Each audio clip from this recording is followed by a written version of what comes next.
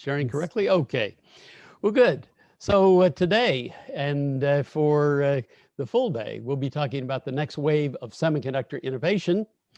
I'd like uh, to look at where some of the big possibilities might be. After all, Moore's Law is coming to a close, and lots of people worry that our industry has reached its peak and that we're a slow growth industry.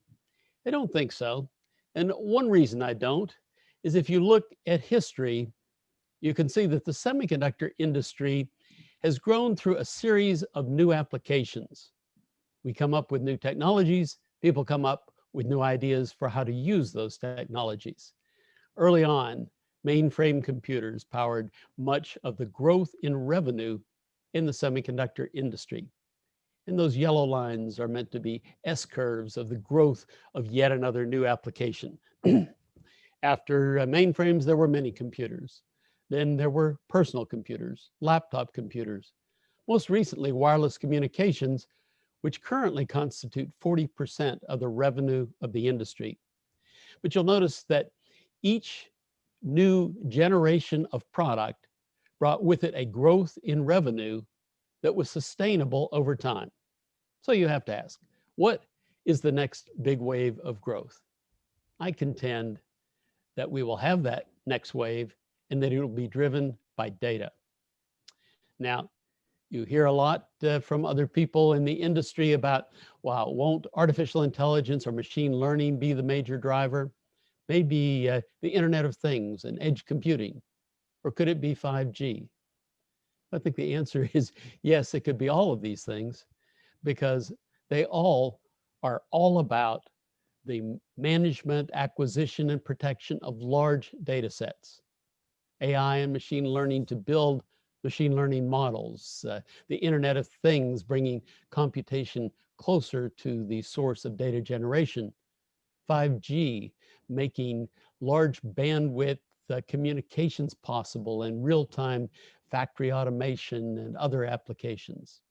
So when we look at all those things, and many of them are tied to the application of artificial intelligence, you have to ask, what has prevented this from being one of the growth areas in the past?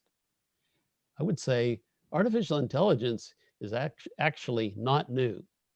What is new is the quantity of data that can be processed. Go back 35 years to 1986. In the mid-1980s, this was the cover of High Technology magazine. The article, Artificial Intelligence, Heavyweights Get into the Act. That's me on the left, if you don't recognize me. And that's George Hellmeyer on the right, who was the director of DARPA. What this article was about was the fact that a big company like Texas Instruments was investing heavily in artificial intelligence. Well, we did, and we tried many things. We built expert systems, but you know, it didn't take off as a business. Why didn't it take off? Well, lots of reasons. But some of them were a lack of big data to analyze. Computers were not as powerful back then, and the algorithms weren't as advanced. But the single biggest thing was there weren't killer applications where people could make a lot of money. Now today, all those things are going away. And so the door is open to rapid growth. And what I believe this will usher in is a new era where the wealth of the world will shift. Data can become the new oil because data represents all the know-how, information, and history of our society around the world. It represents all the new ideas, and it gives information that can be shared to make our lives better and to develop new technologies, new products, and new capabilities. Think about the manufacturers of aircraft engines, companies like Pratt & Whitney or General Electric, or Rolls-Royce. These companies sell their engines to the manufacturer of the airplanes, then airlines buy those planes, but the engine manufacturers continue to monitor the data of every engine they sell in every airline at all times generating over 70 terabytes per minute of flight as the engines are used, excuse me, per hour of flight. And so as a result, only those manufacturers have all the data for every one of their engines and can use that data to predict when maintenance is needed or to predict an emerging problem with an engine that should be looked into. The airlines have no choice. They have to buy a support contract from that engine manufacturer because only one manufacturer has all the data for all the engines in all the different airlines. And as a result, the engine manufacturers could give away the engines for free and just charge for the maintenance. That's the value of information. Well, there are three things I think that are needed to make sure that data does become the new oil and does represent the wealth of the world.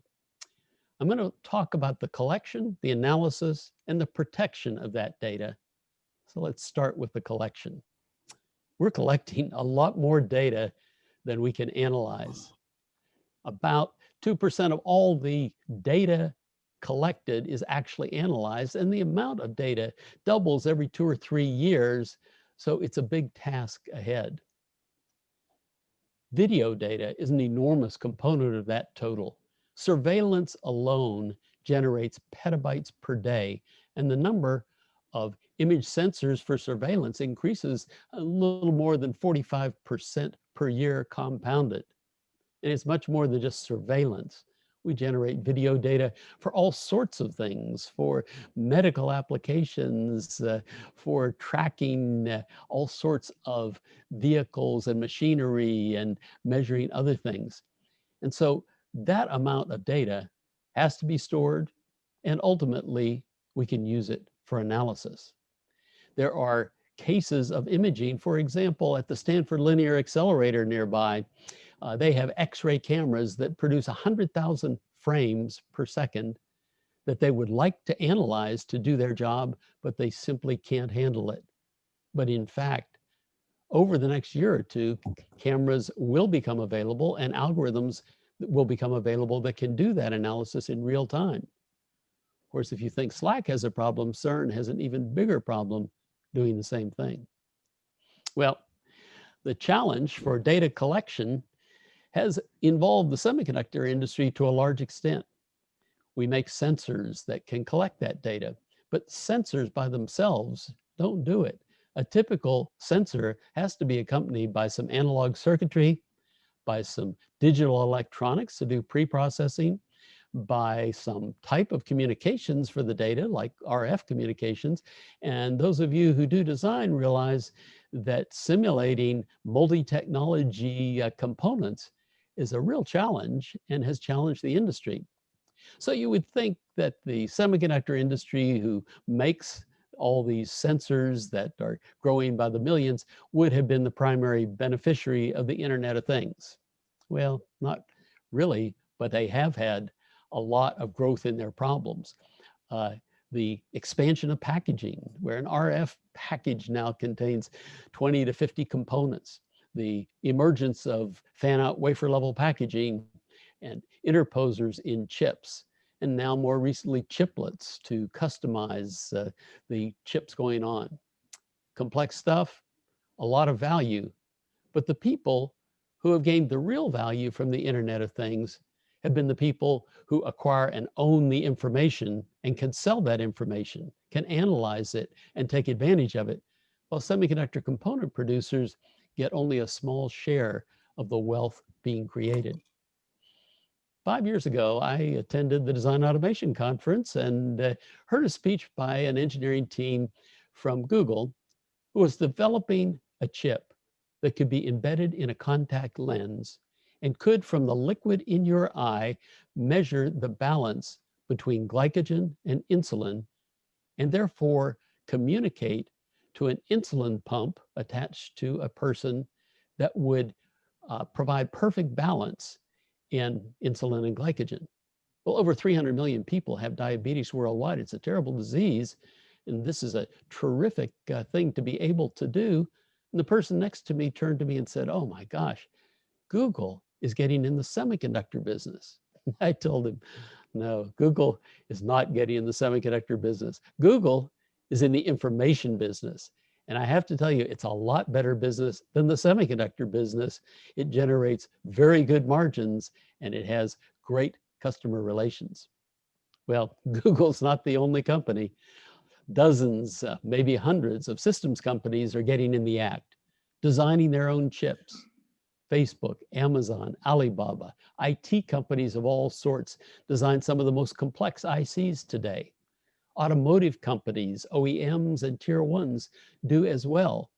System companies have found they can optimize their data collection and analysis by doing their own chips, their own boards, and their own systems. Well, Tesla's a good example. Tesla did one of the more impressive machine learning processors, very high performance, and giving Tesla a chance to differentiate their products rather than buying a general purpose CPU. And consumer products companies like LG, for example, have developed their own proprietary neural networking chips to use in consumer products. If we look at the last 10 years, a remarkable change has occurred in the semiconductor industry. 10 years ago, most of the wafers that were produced by silicon foundries were sold either to fabless semiconductor companies who bought 80% of them, or to IDMs, integrated device manufacturers, who bought the other 20%, companies like Samsung and TI and Intel. Well, that's all changed.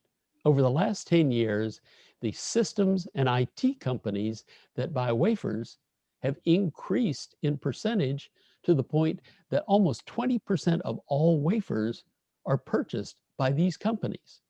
We all see Apple, but increasingly it's companies like Google and Facebook, Amazon, Alibaba, other companies that are purchasing more and more wafers. And so the character of the users and designers of semiconductors is changing. What about the analysis of data? Well, domain-specific processors have been the big thing of the last 5 years or so, because they're being designed to handle the large amounts of data that we have to process. You know, the whole history of the computer industry has been based around von Neumann computer architectures, with a single stream of instructions and data, and architectures that depend upon local registers, caches, and virtual memory. The problem is that large digital computers, or even small ones, are very good at arithmetic functions and many other logical decision-making functions, but they're not good at many things for which your brain is very good, like pattern recognition, image processing, voice processing. And so we are seeing the emergence of a group of neuromorphic computers, computers that are post-von Neumann architecture, that put aside von Neumann architecture and take up new approaches. And there's another reason why your brain is much better than computers. It's very, very power efficient. In fact, your brain is about 9 orders of magnitude more power efficient than the best digital computers of today. So we can't just take a traditional von Neumann architecture.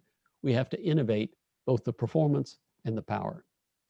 One of the ways that's being done is with neural networks. So it's hard to avoid reading about neural networks. They're embedded in most of the new innovative neuromorphic chips. They have arrays that can be programmed. You are essentially weighting coefficients, the way you weight the synapses in your brain, and there are layer after layer. The more layers, the deeper the neural network. And it's convolutional neural networks that can do the computing, that can store the data, that create the models that we can query, that have stored information in a particular domain or in many domains. Well, if we look at the venture capital industry over the last 20 years, the investment in semiconductor startups petered out after the year 2000. Year 2000 set a record, $2.5 billion that year. And then for the next 15 years, the annual investment in fabless startups declined until 2017.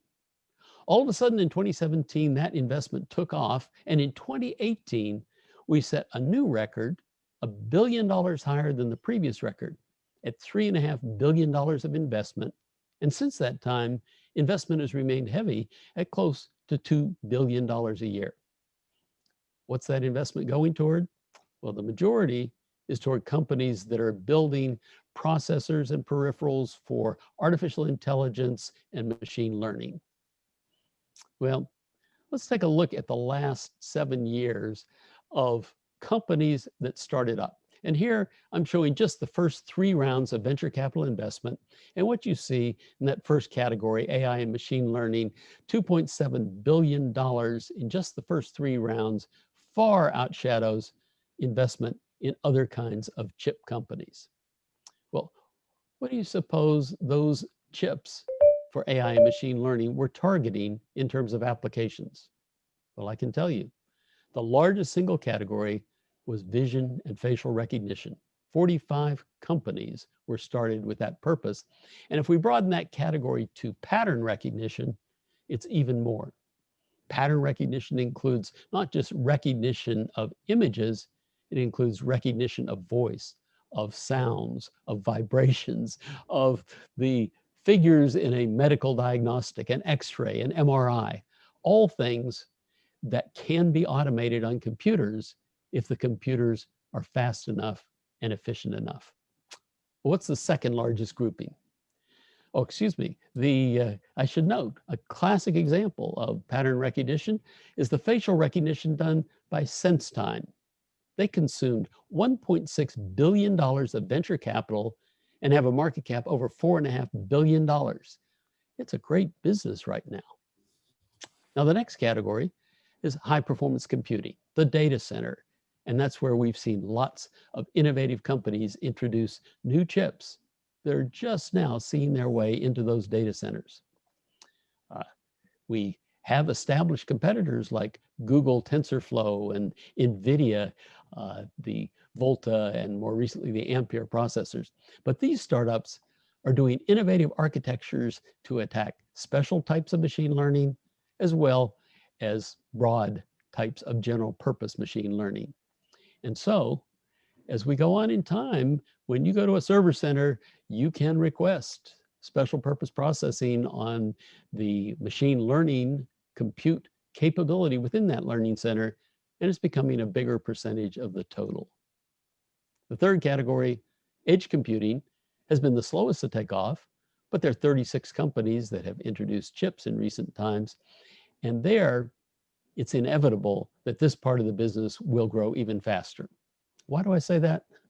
Well, because history tells us chips will get smarter. And so it's the historical trend that intelligence flows downhill. That is, in the 1960s, the intelligence was all built into big mainframe computers talking to dumb terminals. But over time, as chips became more powerful, that intelligence moved downward, and the hierarchy included mini computers talking to the same dumb terminals. 20 years later, personal computers came into the scene and did much of the local processing in the overall compute hierarchy. And today, we have massive server centers with big computer power for big data, but we also have in the hierarchy very intelligent gateways in the fog beneath the cloud and edge nodes in the mist that are doing more and more pre-processing, reducing the latency of getting data to the data center and the cost as well. Well, the third part of making data the new oil is the protection of that data. After all, if you have valuable data, or you have sensitive personal data like your medical data, you don't want to make it available on computers, even if it will help people build better machine models to predict and treat disease. After all, it's personal data. But if we could protect that personal data and assure that no one could ever see it, then you might be much more willing to provide your personal medical or even financial data. Well, there are 3 approaches to what's been referred to as privacy computing. One is to bring your data to the algorithm. That is, trust the data center, trust the execution environment, the operating systems, the computers, the chips, everything in there. The data centers are not very trustworthy, so that's pretty dangerous if you have proprietary data. Another way, popularized by Google, federated learning, is to take the learning model and download it or a subset of it to where the data is being generated. So they send it to you and it sits on your cell phone or your personal computer or in your data center, and it learns from you, and then you send it back. Once again, you have to trust the model, the owner of the model. You have to trust the computers involved. Not all of them are trustworthy. There is only one way that you have guaranteed trust, and that is by encrypting your data in homomorphic encryption and letting all the processing be done without ever decrypting it, keeping it private where only you have the key. Now, how does homomorphic encryption work? You, the client, encrypt your data, and then you send it to the cloud. It stays encrypted. No one else has a key. And all forms of computation, arithmetic and logical, can be performed on that data if you use fully homomorphic encryption. Partially homomorphic encryption can do simple arithmetic, but fully homomorphic encryption can do any kind of operation, even though the data is encrypted, and then send it back to you in encrypted form. Sounds like magic, doesn't it? But it's been developed over the years, and most recently, Craig Gentry at Stanford University and his PhD thesis in 2009 developed the algorithms and methodology associated with doing fully homomorphic encryption. DARPA, the Defense Advanced Research Projects Agency, calls it the holy grail of computer security. They believe, as does the US Department of Defense, that this is the only way that we can secure computers in the future. We can secure the data, so we don't have to secure the data center. We don't have to worry about Trojans in the chips or in the operating system. But it's still a little ways off, but not so far as you would think. There's another reason other than privacy that you want to protect machine learning models and encrypt them. And that's because they're very expensive, they're very valuable. Consider the GPT-3 machine learning model that can generate text that is indistinguishable from humans. To get to that level of learning took 175 billion parameters in a neural network, an enormous investment. Each training session costs millions of dollars. They can't afford to let that out, so they have to keep it encrypted. But how can they keep it encrypted and still sell the use of it to many, many different people again and again? There is a way. That way is with fully homomorphic encryption. It makes the training possible on encrypted data. It's critical today for financial and medical applications, for defense. It's a market that, with machine learning, if you could sell machine learning without giving up the data, that's a $20 billion market by 2024, according to IDC. Well, as I said, fully homomorphic encryption enables all types of processing on encrypted data. You can send an encrypted query to a data center with encrypted machine learning models. They can compute the answers to your encrypted query and send it back to you encrypted, and no one ever sees anything. It's all private to you and private to the owner of the machine learning model, who doesn't see your query, but you don't see his data. Security in the cloud is going to be critical. Now you say, well, if it does all these things, why aren't people using it more? And the answer is it is computationally intense, very intense. If you want to do those computations on encrypted data at the same speed as unencrypted data, your computer has to run about 1 million times as fast. Why is that? Well, let me give you an example of an FHE algorithm. This is typical of all of them. Each value that comes in, each bit, is turned into a 500 order polynomial with double precision floating point coefficients. And then to do the calculation, you go through a sequential 3,000, 1,000 point complex 64-bit FFTs, fast Fourier transforms, just to do the computation. Typically, it's only dozens of bits per second at best. Well, that's a real barrier. But in fact, it is being overcome. And in fact, it will be overcome very quickly. On this chart, we show the scalability as you add cores to a computer system.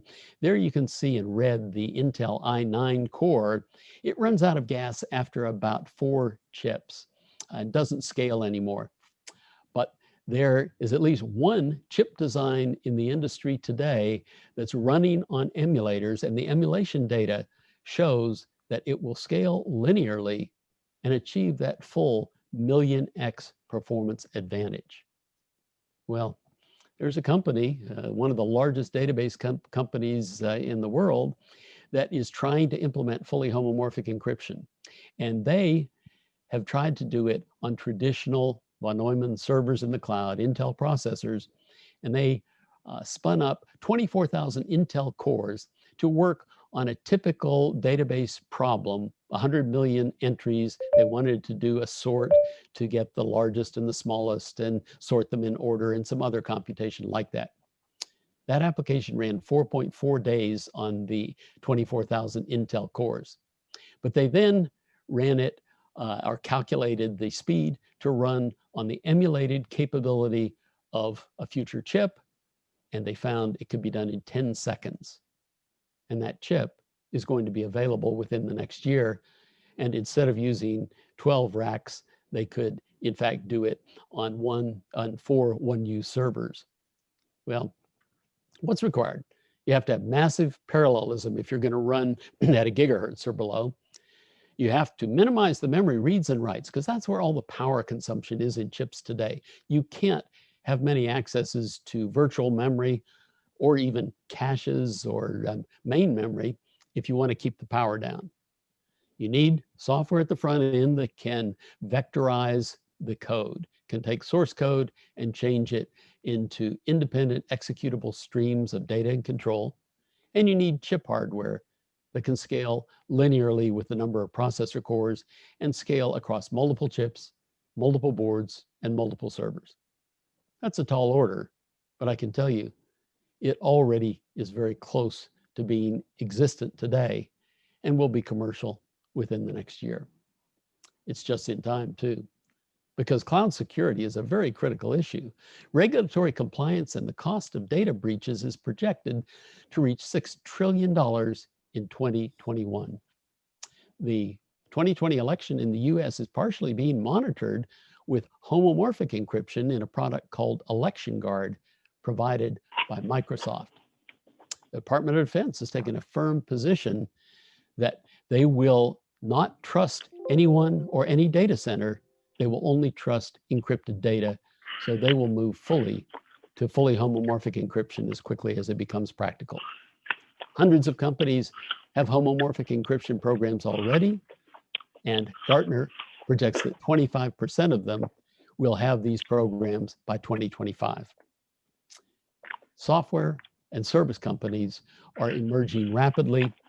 Companies you may have heard of like Duality, Infer, Enveil, and those companies will help people adopt homomorphic encryption in their data centers, in their companies. There's another factor. The sword of Damocles was an old Greek legend about impending doom, the feeling that there was a sword hanging over us that represented the doom we face. Well, that sword today is internet security. Quantum computers will be able to break all of the existing computer security once they get to 1,000 qubits. IBM estimates that that'll be around 2023. Were it not for the emergence of fully homomorphic encryption, we would be in trouble. But fully homomorphic encryption is in fact quantum proof.